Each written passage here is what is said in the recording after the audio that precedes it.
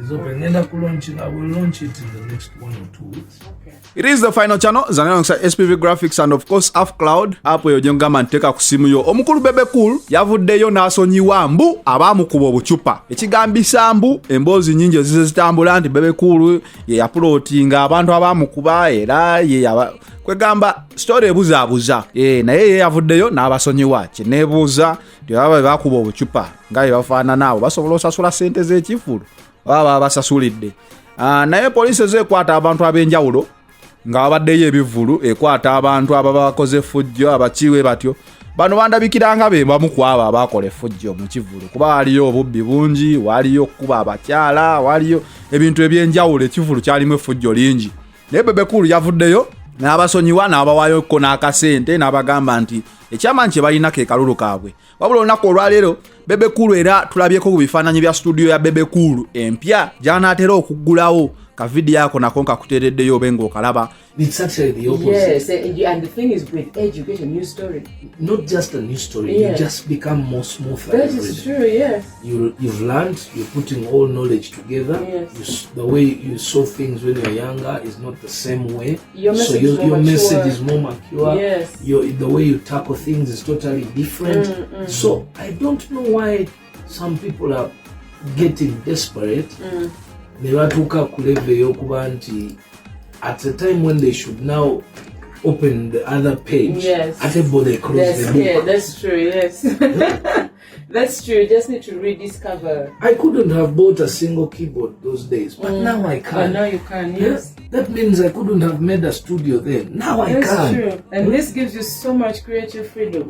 So buli kintu kyonna omuntu kyali anoonya at that time. Most likely kati akifuna that easily. Come see this other side.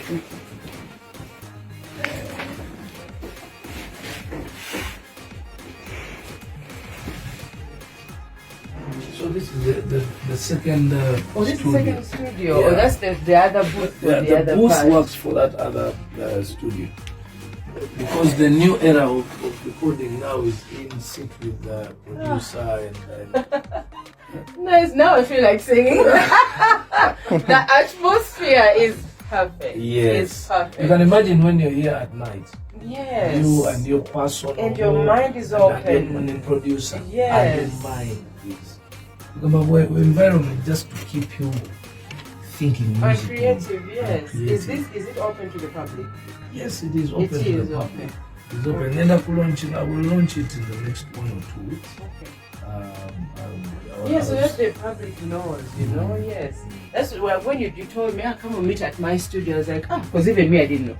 I didn't remember like how we were trying to work together. I started coming here last week. Okay, so it's new. It's new. Okay. It's new.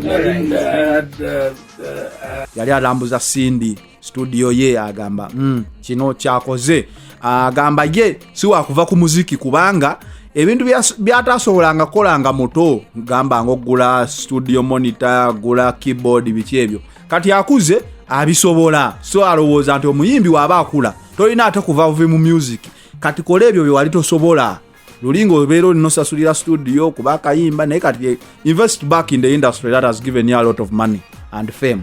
Bebe Cool ndowooza kyaliko naye ekyo tukimwebaliza okubanga asobodde okikola agase ettaffaali ery'enjawulo ku Ugandan music industry katusuubire nti nno production challenges ezibaddewo mu sound ye Uganda studio ya Bebe Cool enene esobola okubanga ezisolovinga. That is it for now. It is the final channel alongside SPV Graphics and of course Half Cloud.